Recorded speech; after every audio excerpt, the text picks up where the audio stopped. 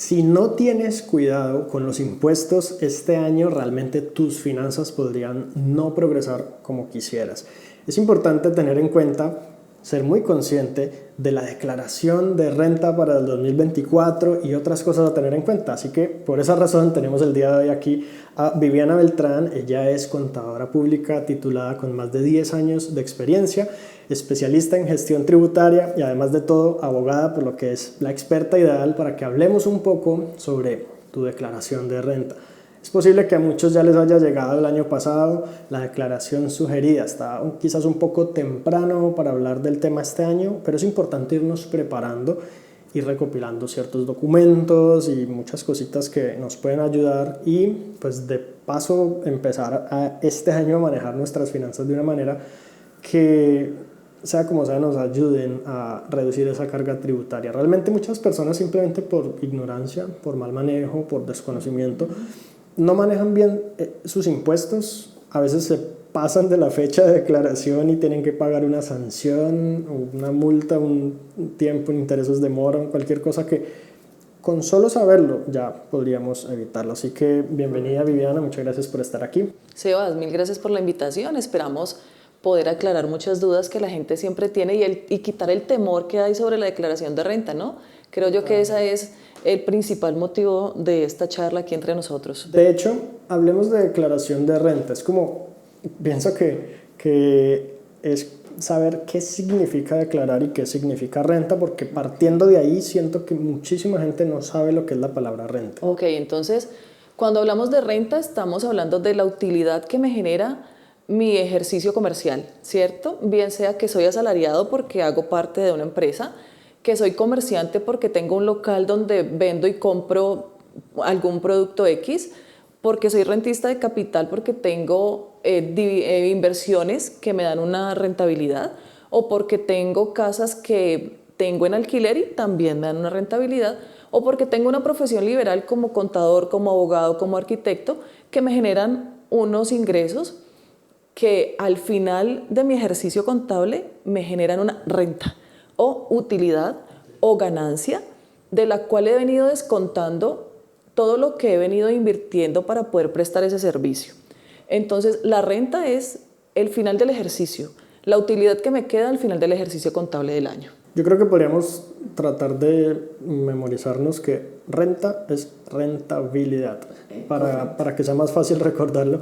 Y pues como por consiguiente, declarar renta es decirle al gobierno, esta fue mi rentabilidad. Correcto. ¿Sí? No es nada más que eso. Correcto. Y precisamente por esa razón, a mucha gente le sorprende que a veces uno puede declarar renta y no pagar impuestos. Correcto.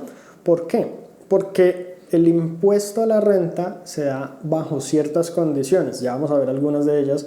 Y como que para cada persona es distinto dependiendo sobre todo de los topes. Entonces no es lo mismo una persona que se gane 1.000 millones de pesos mensuales, porque los hay, obviamente, a una persona que se gana el salario mínimo y de pronto resulta que les surgió una oportunidad de trabajar en algo y pues eso lo hizo declarar. Ya vamos a ver cuáles son esas cosas que te obligan a declarar. Pero puede que la persona que genera algo de ingresos extra, aún así, a pesar de que tenga que declarar, esté dentro de los topes para finalmente no tener que pagar impuestos. Correcto, así es. ¿En qué casos, por ejemplo, uno podría pasar, o algún ejemplo, de que uno declare renta y no pague? Ejemplo, te pasaste en consignaciones, ¿cierto? Pero resulta que el tope para las consignaciones para el año 2023 está en 59.377.000. O sea que, ¿qué quiere decir consignaciones? Como que llegaron consignaciones a mi cuenta o a mis cuentas, todas mis cuentas. A todas mis cuentas. Un monto de 59.377. Ejemplo, yo soy asalariada, o sea, trabajo para una empresa que me paga un salario. Ese salario es de 1.500.000, por yo tener un salario mensual de 1.500.000, no soy obligada a declarar renta. Todo me llega a mi misma cuenta de nómina. Pero resulta que mi banco, de mi cuenta de nómina, me ofrece un crédito, ¿sí? Un crédito por 50 millones de pesos. Y yo le digo, sí, voy a tomar ese crédito por 50 millones de pesos. Claro. Y esos 50 millones de pesos me los consignan a mi cuenta bancaria. Suman los 50 millones de pesos de mi crédito, más el salario que tuve en todo el año, superé por hace rato esos 59 millones de pesos. Estoy obligada a declarar porque superé el tope en consignaciones. Pero resulta que esos 50 millones de pesos son un crédito. No es un ingreso. No es un ingreso. Ni tampoco, que es lo más importante, es rentabilidad. Correcto. Entonces, yo sí debo declarar renta porque superé el tope que el gobierno estipula, pero yo declaro renta bajo mi condición real financiera. Mi condición real financiera es que mis ingresos son por salario, que eso fue un crédito que para mí se vuelve pasivo o cuenta por pagar. Entonces, mi realidad financiera es que generé 35 millones de pesos al año y no alcanzo a pagar declaración de renta. No estoy entre los 0 y 1900 VT, estoy entre el 0 y 1900, que es declarar cero. Simplemente presentar mi declaración. Entonces habría varios escenarios bajo los cuales una persona está obligada a declarar. Correcto. No necesariamente pagar impuestos, solo declarar. Es decir, como que la DIAN dice, hey, si tú por alguna razón superas estos topes, necesito que me cuentes cómo está tu situación financiera. Correcto. Y de ahí vemos si me pagas impuestos. Puede que no. Pero entonces, el primero de ellos, por ejemplo, es que tu patrimonio bruto, es decir, el valor de todo lo que tienes sin restarle lo que debes, en 2023, o sea, para al final de 2023, es de 190.854.000 pesos o más, que lo manejamos con 4.500 VT. VT son como unidades de valor tributario. Cada año, básicamente, el gobierno define un valor para el VT para que simplemente tengamos como que todos los años son 4.500 VT y cada año actualizamos el VT para que se actualice el valor que determina si alguien está obligado a declarar o no. Esto hace que pues, sea mucho más sencillo y se maneje de acuerdo como a la realidad de inflación, de IPC, de varias cositas que podemos tener en cuenta. El caso es que si tus activos, tu patrimonio bruto suma 190.854.000 pesos o más, así no hayas tenido ni un peso de ingreso en el año, tienes que declarar renta. Correcto. O sea, como por ejemplo, un familiar que conozco que es dueño de la mitad de un edificio porque lo colocaron en las escrituras sus papás y todos los años le toca declarar renta y varios de esos años inicialmente no tenían nada de ingresos porque apenas estaba estudiando, entonces le tocaba declarar como que tenías un patrimonio y cero ingresos. Y cero ingresos. Es perfectamente normal, un caso en el que uno puede declarar sin pagar. Y luego tenemos el tope de 59.377.000 que aplica para lo siguiente. En este caso son 1.400 VT y pues en los años siguientes que actualicen el VT ya no serán 59 sino 60 y pico o lo que sea. Sería para ingresos totales de todas mis actividades comerciales. Si yo tengo empleo, sumo eso. Si soy independiente, sumo eso. Si rento capital, sumo eso. ¿Cuál es la otra? Sí, presto servicios porque soy técnico en revisión de mantenimientos. Comerciante. Profesional liberal. Antes había una cosa aparte, una cédula aparte que era la de rendimientos financieros, que ya la juntaron con renta capital. Correcto. Entonces, como que toda la suma de todo lo que yo ingrese por actividad comercial en el año no debe superar 59.377.000 sin que yo declare renta. Si supera, declaro renta. Sí. Y pues declarar no significa pagar. Puede que sí, ya vamos a ver los casos en que sí. Otra opción es consumos mediante tarjeta de crédito, que de eso también hemos hablado mucho acá en el canal. Es como, listo, aprovecha la tarjeta de crédito para todo lo que puedas, úsala todo el tiempo, sácale beneficios, puntos, millas, cashback, seguros y asistencias y esas cosas. Y la gente siempre me dice, pero no hay que pagar impuesto por eso. La respuesta es, pagar impuesto no necesariamente. O sea, si con la tarjeta de crédito los consumos hacen que tú tengas que declarar y luego la declaración de renta resulta que tú tienes que pagar impuesto, no era por la tarjeta que tenías que pagar impuesto, porque los impuestos son a la rentabilidad. Sí. Y la tarjeta de crédito es un mecanismo de gastar dinero, no de generar utilidades. Entonces lo que finalmente nos genera una tarjeta en puntos y esas cosas pues no va a ser suficiente como para alterar significativamente lo que es nuestra declaración y nuestro impuesto. Sí. Lo otro es las compras y consumos, y aquí cómo sería como... Que viene muy ligada también a la tarjeta de crédito. Es que si yo compro 59.377.000 pesos con mi tarjeta de crédito, eso es una compra. Entonces, como que una va muy de la mano de la otra. Pero entonces, si yo compro 20 millones con tarjeta de crédito, pero compré 40 en efectivo, me sumo compras. Igualmente ahora con la facturación va a sumar. electrónica, donde ya... Todo tiene trazabilidad, absolutamente todo tiene trazabilidad con el tema de la facturación electrónica y el documento soporte electrónico también, ¿no? Claro. Ese también me suma allí. Que simplemente como que antes la tarjeta de crédito era una forma muy simple de trazar todo, pero ahorita básicamente todo negocio está obligado a facturar electrónicamente y ya se sabe cuánto estás comprando. Sigue siendo los mismos 59.377.000. Y el que habíamos mencionado, que era el de las consignaciones bancarias, todo lo que entre a tu cuenta. Entonces, pues muchas personas dicen, ok, estoy usando mucho mi tarjeta, voy a dejar de usarla porque voy a superar el tope. Está bien porque te puedes evitar declarar, pero realmente no te estarías evitando pagar impuesto porque te estarías pasando no por ingresos, sino por gastos, lo cual es diferente. Y en ese caso el único gasto que estarías asumiendo por declarar pues es el de pagarle a un contador que te haga la declaración bien hecha, porque pues si uno la podría hacer uno mismo, pero seguramente va a cometer errores que luego van a ser peor en sanciones y esas cosas. Sebas, es que allí conjuga algo.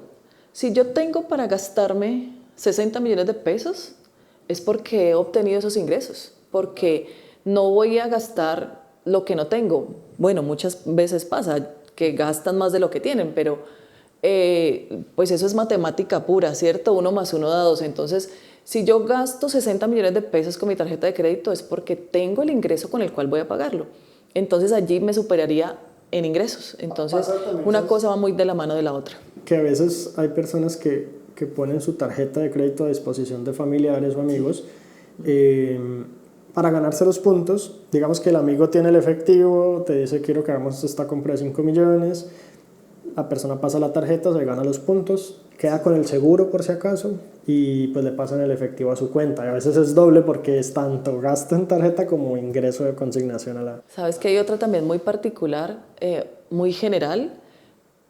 Cuando te dicen por favor me prestas tu cuenta, yo te consigno algo que es que yo no tengo cuenta y entonces necesito a alguien ya, te sumó y allí vas para arriba. Entonces el tema, en este momento el tema de préstame tu cuenta, préstame tu Nequi, préstame tu DaviPlata para que me consiguen allí, pues si ya eres declarante de renta no pasa nada porque ya vienes en el ejercicio anual de hacer declaración de renta, pero si aún no eres declarante, porque los topes cada vez van más para abajo, porque el gobierno va encaminado a encerrar la brecha tributaria y es de que todos declaremos. Sí. Declarar no es pagar, declarar es yo ir y contarle a la DIAN, mire, tengo esto, esto y esto de mi patrimonio y recibí esto y esto y esto de mis ingresos y cuánto tengo que pagarte, nada, solo te estoy informando.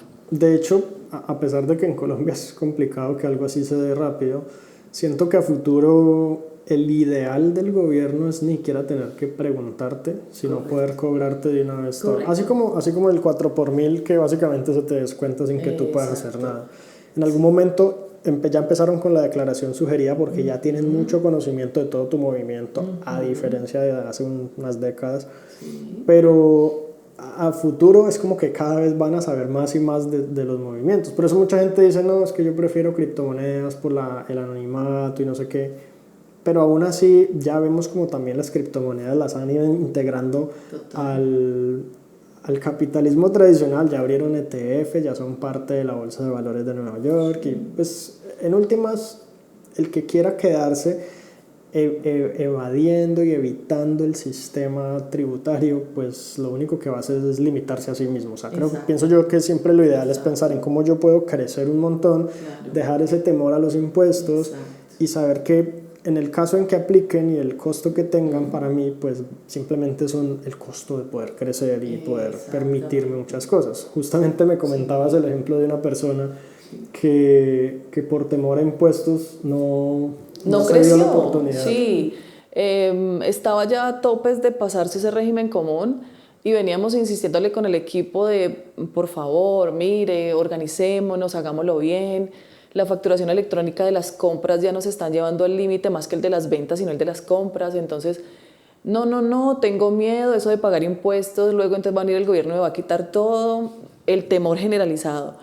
Y el señor decidió vender su negocio y quien lo compra decide asumir esa responsabilidad de legalizar toda su compra y hoy tiene más rentabilidad que el señor que no había tenido, que no tuvo esa intención, pagando impuestos de manera legal, presentando su IVA cada 2 meses, presentando su declaración de renta. Y cuando vamos a revisar la utilidad, tiene más que cuando no se estaba totalmente legalizado. Entonces, es muy bonito ver ese proceso y ese cambio en la gente que también quiere crecer y que realmente el hacer las cosas bien vale la pena en este momento. El gobierno está implementando muchos sistemas positivos para que realmente se pueda crecer y que todos esos costos y gastos que yo tengo los pueda descontar y realmente se vea la utilidad. Total, y digamos que dejando un poco de lado el uso que le den a los impuestos, porque pues eso es un tema como que ya cada quien lo ve de ciertas maneras y yo no tendría como decirte, no, si es que los impuestos se están usando bien en Colombia o lo que sea. Es lo que dijiste que me parece muy, muy genial puntualmente y es la utilidad que llegó a generar el segundo señor fue mayor después de asumir toda la carga de impuestos que la del primer señor, que en teoría estaba buscando evadir y meterse por todos los laditos, pues no tanto evadir, sino como evitar tener que pagar esos impuestos y quedarse chiquitico, simplemente cortándose sus propias alas y no dejando como que ese crecimiento sea posible. Y además de esto, digamos que sí, que tus ingresos y tus ganancias y tu rentabilidad efectivamente llega un punto en el que, ok, ahora sí hay que pagar. ¿Por qué? Porque ya estás ganando bastante. ¿Por qué? Porque además de un empleo, eres emprendedor, creaste un negocio y estás generando ingresos, o eres independiente, freelancer y estás haciendo cualquier actividad de las que hemos recomendado en este canal, por ejemplo. Y pues resulta que ya superaste los topes, declaraste, ahora sí tienes que pagar. Entonces, en ese caso, ¿todo está perdido? No, porque tenemos formas de deducir, de reducir ese impuesto deduciendo, restándonos como ciertos costos y deducciones que justamente los tenemos como por acá. Correcto. Digamos que el primero de ellos me parece muy interesante y es la salud prepagada. La salud prepagada son 16 VT mensuales o 678.592 pesos para este año y eso viene siendo equivalente a 8.143.000 pesos al año. Lo cual yo lo veo de la siguiente manera. Imagínate que yo tengo que pagar 6 millones de impuesto de renta, pero resulta que mi póliza de salud o mi salud prepagada me cuesta 6 millones. ¿A quién prefiero darle los 6 millones? ¿A una aseguradora que me dé o a una empresa de salud que me brinde servicios y beneficios de salud en caso tal? Que yo he visto casos de personas que, por ejemplo, muy difícilmente pasan por un cáncer y esas cosas y les cubren absolutamente todo, es increíble. O simplemente un accidente, un tratamiento, cualquier cosa y ahí está. O a la DIAN. Simplemente por yo estar declarando renta tengo la posibilidad de que uno de mis costos que puedo deducir justamente es la salud prepagada y es una forma muy inteligente precisamente de reducir eso. Entonces como que si yo estoy en un nivel de ingresos que ya me obliga a pagar ese impuesto, pues también estoy en un nivel de ingresos que justifica que yo me pague una buena salud, porque de lo contrario, pues como en qué estamos, hay que pensar muy bien y priorizar la salud. Y si una póliza de salud o una salud prepagada para alguien está muy por fuera de su presupuesto, es porque seguramente todavía no tiene por qué preocuparse pues por un impuesto de renta. Tenemos también otras formas de deducir acá que no sé si las analizamos. Sí, claro. Entonces hablamos de las pensiones voluntarias, ¿cierto? Que son como máximo el 30% del ingreso que tengo al año, ¿sí? Entonces estas pensiones voluntarias también me las puedo deducir de mi declaración de renta, entonces ahí viene siendo la misma inversión. Estoy invirtiendo en mí, es un costo de deducción legal con el cual puedo reducir mi impuesto. Entonces, esto no significa que el gobierno no va a recibir impuesto. Quien lo va a pagar es otra persona. ¿Sí? En ese caso es medicina prepagada o pensiones voluntarias, ¿sí? Pero yo estoy recibiendo el beneficio de tener como esas inversiones adicionales a mi beneficio. Porque las pensiones voluntarias de pronto, a pesar de su nombre, puede, o sea, primero que todo son una inversión, entonces es como un dinero que yo deposito en una cuenta mía personal, que inmediatamente pueden empezar a generar rentabilidad dependiendo del instrumento que yo escoja para invertir, porque hay fondos de pensiones voluntarias en los que tú puedes decidir en qué estás invirtiendo el dinero de esas pensiones voluntarias y crecerlo a corto, mediano o largo plazo, y luego utilizarlo en vivienda, en educación. 10 años después lo puedes sacar sin impuestos, tengo entendido, y también para sumarle al final de tu pensión si quieres hacerlo. Entonces mucha gente dice, pero es que pensionarme está muy lejos, tengo 25 años. Bueno, puedes usarlo dentro de 10 años, que no es tan lejos, o puedes usarlo para vivienda dentro de 5 años si ya la tienes. Entonces es otra forma de deducción, totalmente. Invirtiendo dinero puedes reducir tu impuesto, lo cual es muy interesante. Cosas como esta hablamos justamente en mi curso Invirtiendo desde cero, por si acaso te interesa echarle un vistazo. Y también hablamos allá, hicimos una sesión con Viviana de lo que son los impuestos en las inversiones. Entonces te voy a dejar un enlace en la descripción de este video para que le eches un vistazo al curso en caso de que todavía no te hayas inscrito. También tenemos deducción por dependientes, en este caso aplicaría hijos y padres. Padres, que dependan económicamente de uno. Entonces yo puedo descontarme 32 VT o hasta el 10%. O hasta el 10% de mis ingresos. Sí, allí es importante tener claro que debo demostrar que efectivamente son dependientes, o sea que si mis papás tienen pensión, no son dependientes míos porque ellos tienen un ingreso que ve por ellos. Y los hijos, hasta que realmente dependan de mí, ¿cierto? Entonces hay unas condiciones que luego tendríamos que entrar a revisar muy bien si cumplo o no cumplo con esas condiciones para ser dependiente como hijo. Ok, otro tema interesante son las cuentas AFC, que son como para el fomento de la construcción, una cosa así parecida. Sí, claro. Y con destino a la compra de vivienda. Es una cuenta en la que yo deposito dinero y no lo puedo sacar si no es para comprar vivienda. Eso es muy parecido a la parte de pensiones voluntarias, pero a diferencia de pensiones voluntarias que se invierte y puede fluctuar y puede subir y bajar de valor porque se utilizan instrumentos quizás más volátiles y más de riesgo para generar más rentabilidad en el largo plazo. Esta es una rentabilidad fija garantizada, es una cuenta de ahorros común y corriente, pero pues con una rentabilidad superior al promedio de la cuentica de ahorros de a pie. Sí. Entonces es otra posibilidad. También me puedo restar de mi impuesto a la renta si ya tengo un crédito hipotecario todos los intereses. Entonces si yo mensualmente estoy gastando, no sé, 500,000 pesos en intereses en mi cuota, pues al final del año me puedo restar 6 millones también, porque eso sería como quien dice la suma. Esos créditos hipotecarios son con entidades bancarias, ¿no? Son los que la superbancaria certifique que realmente yo estoy pagando intereses por un crédito hipotecario. Entonces no aplicaría con una hipoteca con una persona. Con un particular, sí, señor. También intereses por crédito con el ICETEX, hasta 100 VTs al año. El 4 por 1000, que tanto odiamos, nos podemos al final del año descontar la mitad, el 50% lo restamos del impuesto de renta total a pagar. Los aportes a las cesantías como independiente, en caso de que lo hagamos, no muchos lo hacen, pero los que lo hacen pueden restarlo. Las indemnizaciones por accidentes de trabajo hasta el 40%, en caso tal de que yo reciba pues, una indemnización.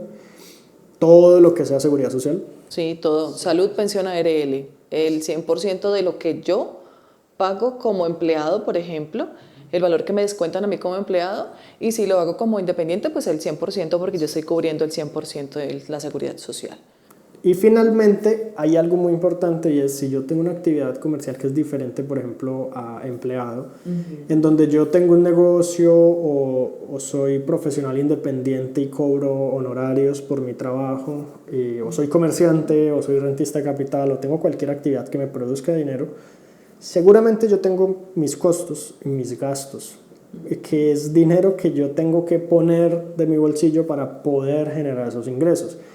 Normalmente esos costos y gastos son deducibles de acuerdo a que vayan directamente relacionados con mi actividad comercial. Entonces, por ejemplo, si yo vendo zapatos, fabrico zapatos, pues el costo de comprar el material para las suelas, los cordones y esas cosas claramente va como un costo deducible. El costo administrativo o el gasto administrativo también. Si yo pago un software contable o un software de facturación que si bien no necesito como para fabricar el zapato, pues es parte de mi actividad, también lo puedo deducir. Correcto. Ahora, si yo por alguna razón pues me hago unas vacaciones a Dubái y me las disfruto y toda la cosa, eso no es parte de mi actividad comercial, entonces no me lo puedo deducir. O si me compro un sleeping y una tienda de campaña para ir pues a acampar por ahí en algún lugar, tampoco. Entonces como que son las cosas que vayan directamente relacionadas con la actividad comercial. Y por eso vemos muchos empresarios que pueden deducirse como gasto empresarial cosas como su automóvil o algunos viajes que realmente pueden justificar como empresariales. Y hay como una delgada línea ahí que es muy importante tener presente, que en el momento en que llegue la revisión fiscal, el gobierno quiera verificar que tus deducciones sean reales, pues tienes que tener muy bien soportado cómo va a ser. Pero que si las puedes soportar, va a ser una manera muy simple y totalmente legal de reducir directamente el impuesto a la renta que tengas que pagar. ¿Por qué? Porque entonces tienes el ingreso neto, tienes el costo, gasto, y de ahí es que queda la utilidad y de ahí es que se saca el impuesto. Entonces el impuesto a la hora del té no termina siendo tan grande. Correcto. Como muchos piensan. Así es. Sebas, entonces por eso es tan importante el soporte. La facturación electrónica, que es el boom pues del momento, el documento soporte electrónico, todo viene relacionado al costo y gasto que yo realmente me puedo deducir. Porque si no está esa trazabilidad en el gasto y en el costo, no voy a tener la utilidad real, porque a mí el gobierno me va a decir: ese soporte que usted me está entregando no es cierto, entonces eso no se lo descuento y págueme más sobre ese costo que no está legalmente soportado. Es muy importante tener esa organización contable que se necesita para hacer una buena presentación de impuestos. Totalmente, Vivi. Pues yo creo que es como varias conclusiones que tenemos el día de hoy. La primera, ser un poco más organizados. Yo creo que a todos nos falta un poco de organización a nivel financiero y empezar a llevar como un seguimiento un poco más detallado de esos movimientos, porque solo así es que me doy cuenta realmente de cómo están mis ingresos, cómo están mis costos y gastos, qué cosas puedo deducir y esto. Y a veces pasa que en el día a día nos enfocamos quizás en crecer, en generar ingresos, en oportunidades, en esas cosas, y eso está muy bien, pero luego al final del año llega el contador y te dice: este año te fue como bien, ¿no? y eso no es bueno. Eso no es bueno. Entonces, porque normalmente es ahí donde cuando uno no planeó con tiempo y se organizó para poder optimizar, pues de pronto se termina gastando de más. Hay algo que llamamos planeación tributaria, ¿sí? Que uno cree que la planeación tributaria solamente es para las empresas grandes, medianas o pequeñas. No. Nosotros como personas naturales también podemos hacer nuestra planeación tributaria, donde yo a principio de año digo: este año tengo proyectado crecer tanto. Ok, mes a mes vamos a revisar esa proyección, si la estoy cumpliendo y si debo hacer ajustes en mi contabilidad. Una de las principales es que me pago la seguridad social. Vamos a pagar lo que realmente debo pagar para que me lo pueda descontar y sea un costo deducible. Entonces esa planeación tributaria no es solamente para las grandes empresas. Nosotros como personas naturales perfectamente podemos hacer esa organización de planeación tributaria bonita, donde al contador al final del año o al siguiente año que te va a hacer tu declaración de renta te felicite por esa excelente planeación tributaria, o de la mano de tu contador hacerlo de una manera tan clara que todo salga perfectamente bien y no vayamos a pagar sanciones, pues que es lo que nadie quiere. Sí, incluso muchas personas terminan con saldo a favor que les sirve para llevarlo el siguiente año y no estar pagando impuesto innecesariamente por todas las optimizaciones, deducciones y herramientas con las cuales contamos. Es más, dejarle el miedo a estos impuestos, afrontarlos, saber que tienen un manejo, pues que a pesar de que sí es necesario e importantísimo contar con un profesional que te asesore en el tema, en tu caso en particular, porque cada caso es diferente, pues igualmente yo puedo hacer mi propia planeación, puedo hacer mis números, saber más o menos cómo estoy en ingresos, sobre todo si tengo un negocio, por ejemplo. Entonces, cuando yo soy empleado, pues de pronto el tema es un poco más lineal, más simple, más predecible, pero cuando el negocio es variable y a veces empieza a crecer y todo, yo puedo proyectarme un poco mejor. En cualquier caso, es ser muy consciente, seguir creciendo financieramente y no pensar en que los impuestos me van a cortar las alas, sino que por el contrario, yo puedo generar mucho más ingresos y que los impuestos no sean ningún problema, y siempre saber que tengo herramientas para continuar creciendo independientemente del punto en el que me encuentre. Así que pues esa era como la conclusión, las recomendaciones que tenemos para ustedes el día de hoy. Bueno, muchas gracias por ver este video. Por acá en la descripción les voy a dejar el enlace para mi curso intensivo Invirtiendo desde cero, en donde también tenemos una sesión exclusiva en donde hablamos de impuestos en las inversiones, porque ahí tenemos un manejo bastante diferente.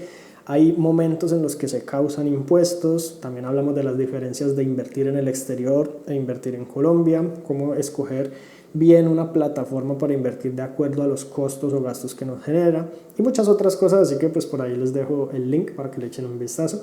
Muchas gracias, Vivi, por estar acá, por apoyarnos el día de hoy con estos temas. Sebas, gracias a ti por la invitación y esperamos poder seguir contándole a la gente sobre este tema tan bonito que son los impuestos, y que no le tengan miedo a ese proceso al cual todos vamos a llegar en algún momento de la vida. Claro, si hay que crecer, hay que pagar impuestos, así que pues simplemente comprometernos con ese crecimiento y con todo lo que viene involucrado al respecto, porque eso es algo que mucha gente deja de lado. Así que bueno, pues eso era todo por hoy, nos vemos a la próxima, un fuerte abrazo.